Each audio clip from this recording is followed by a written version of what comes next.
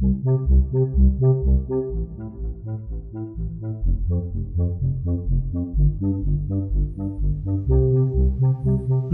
Buddhaya.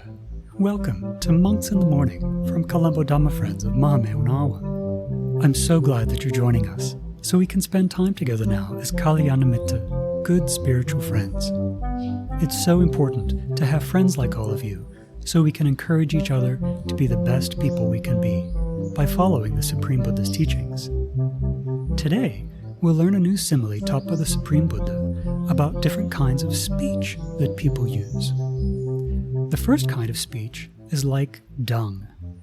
Do you know that English word, dung? It's a polite word for poo or poop or excrement. Now, which end of the body does dung come out of? The back end, doesn't it?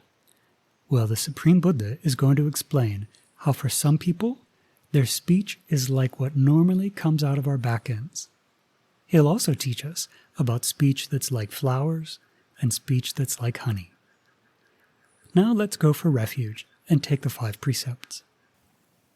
Sadhu, sadhu, sadhu. Namo tassa bhagavato arahato samma sambuddhassa. Namo tassa bhagavato arahato samma sambuddhassa. Namo tassa bhagavato arahato samma sambuddhassa. Buddhaṃ saranang gacchāmi. Dhammaṃ saranang gacchāmi. Sanghang saranang gacchāmi. Dutiyampi buddhaṃ saranang gacchāmi. Dutiyampi dhammaṃ saranang gacchāmi. Dutiyampi sanghang saranang gacchāmi. Tatiyampi buddhaṃ saranang gacchāmi. Tatiyampi dhammaṃ saranang gacchāmi. Tatiyampi sanghang saranang gacchāmi.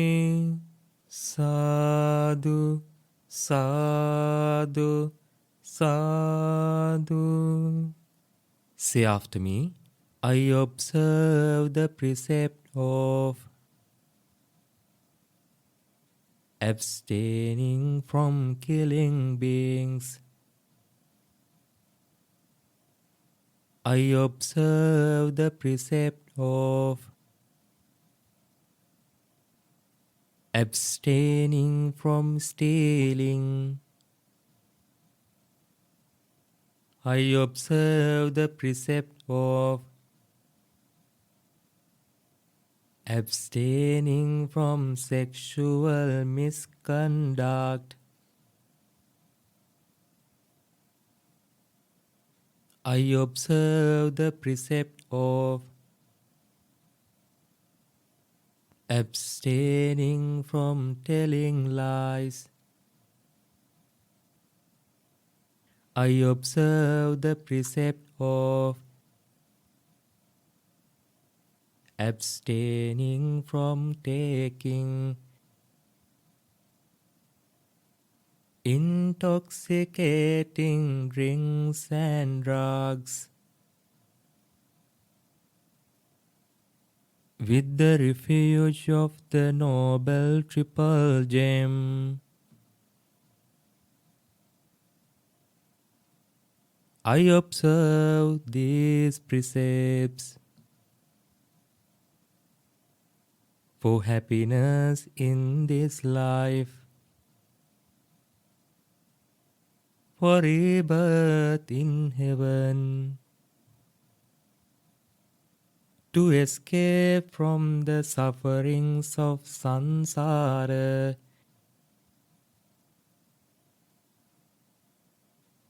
May it help me. May it be a blessing. Sadhu, sadhu, sadhu.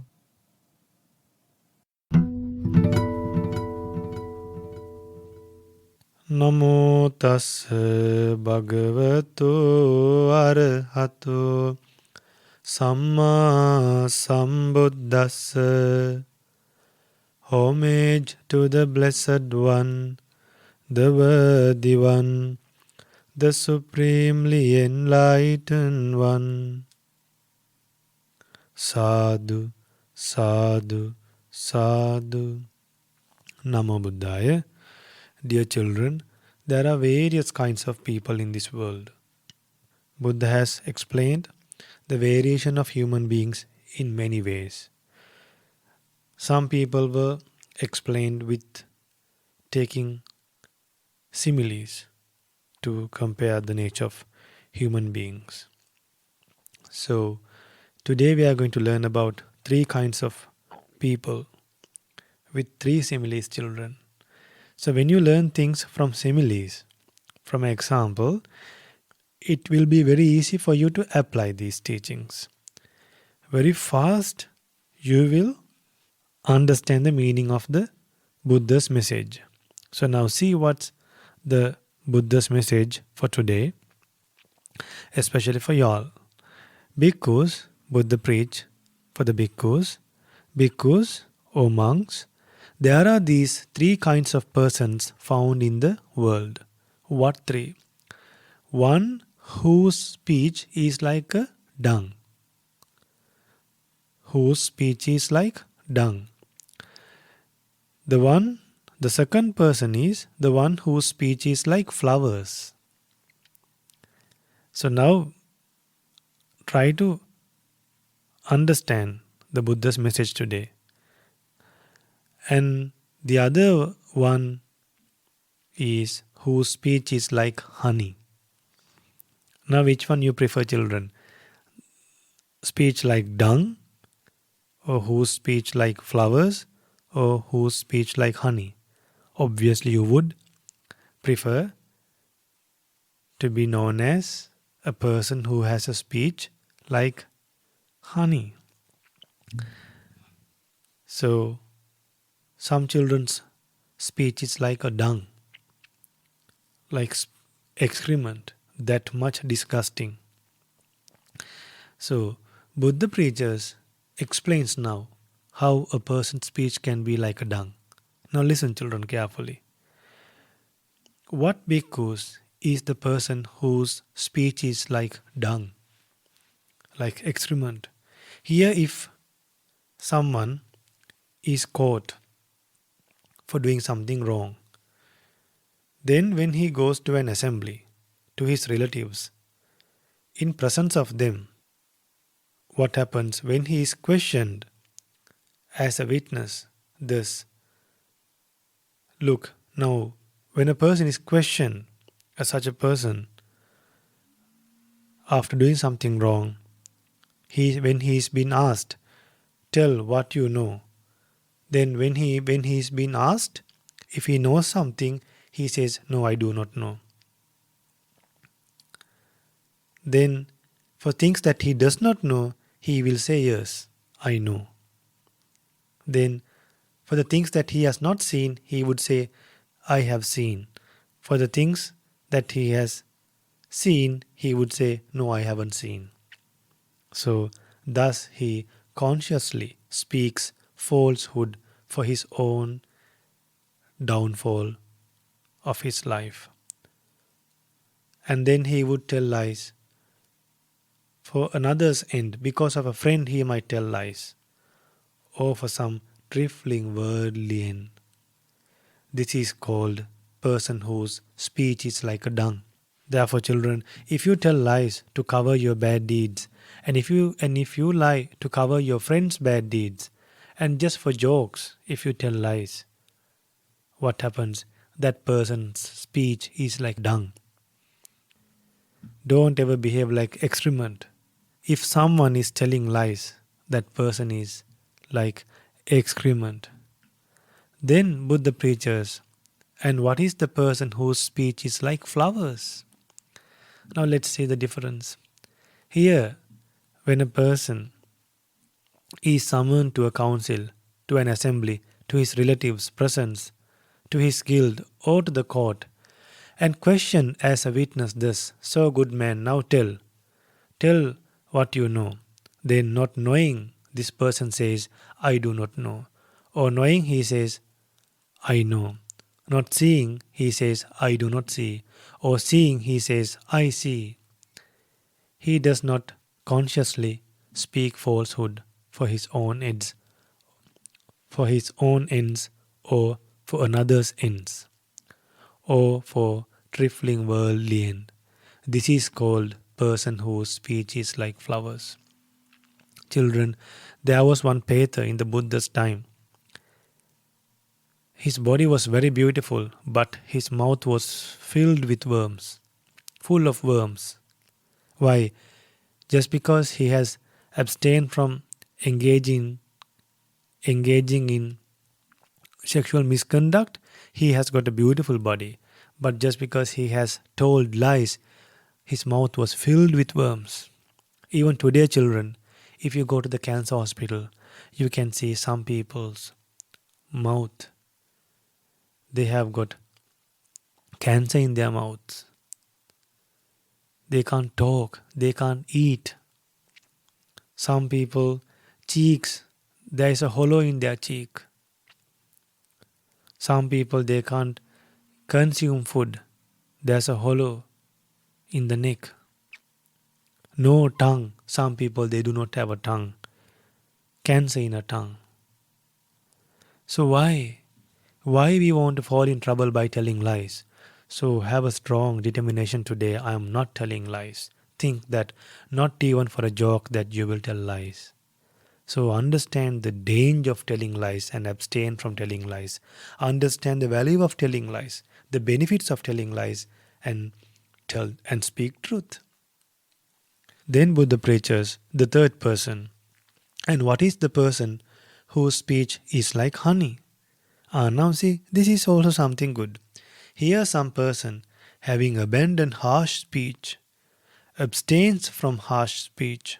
He speaks such words are gentle, pleasing to ear, and lovable, as go to the heart, and courteous, desired by many, and agreeable to many.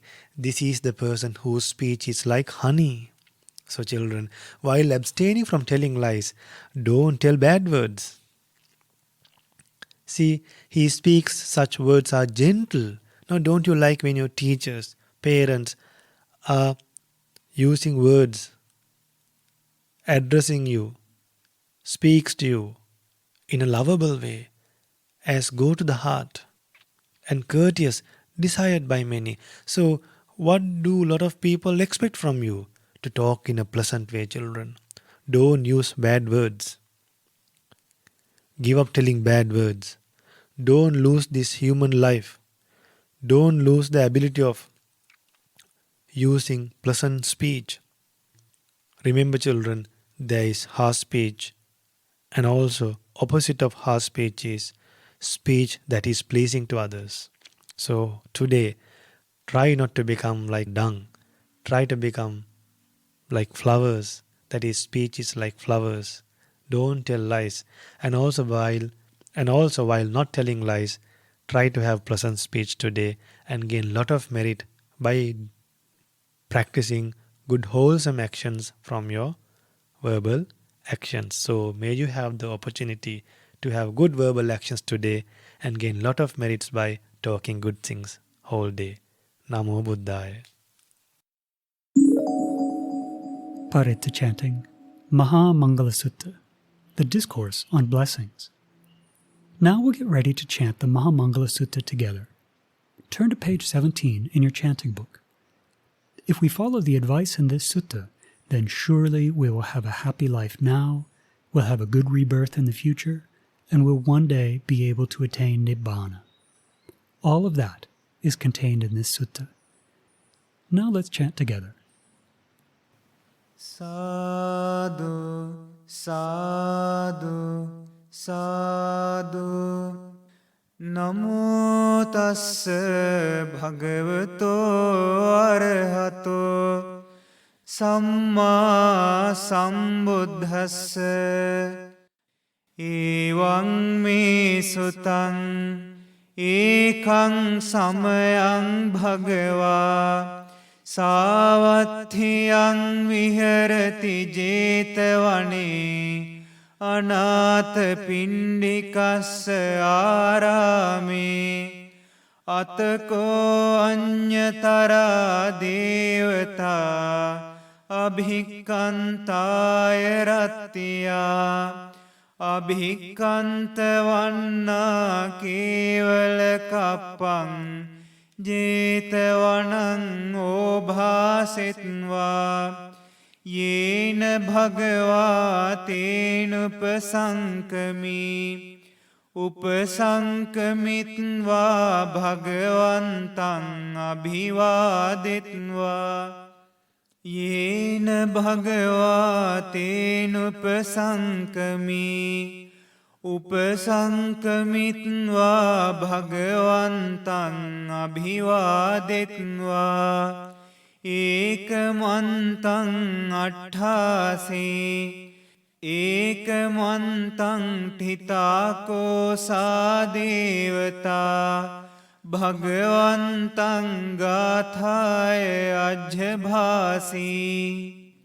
Thus have I heard on one occasion the Blessed One was living in Savatthi at Jetavana at Anatha Pindika's monastery. Now when the night was far advanced, a certain deity, whose surpassing radiance illuminated the whole of Jetavana, approached the Blessed One, respectfully saluted him, and stood to one side. Standing thus, he addressed the Blessed One in verse. Bahudeva manussaca mangalani achintayum akankamana sotthanam brohi mangalamuttamam. Many deities and humans longing for happiness have pondered on the questions of blessings. Pray tell me, what are the highest blessings? Asevanacha balanan panditanancha sevana pujacha pujaniyanan etang mangalamuttamam. Not to associate with the foolish, but to associate with the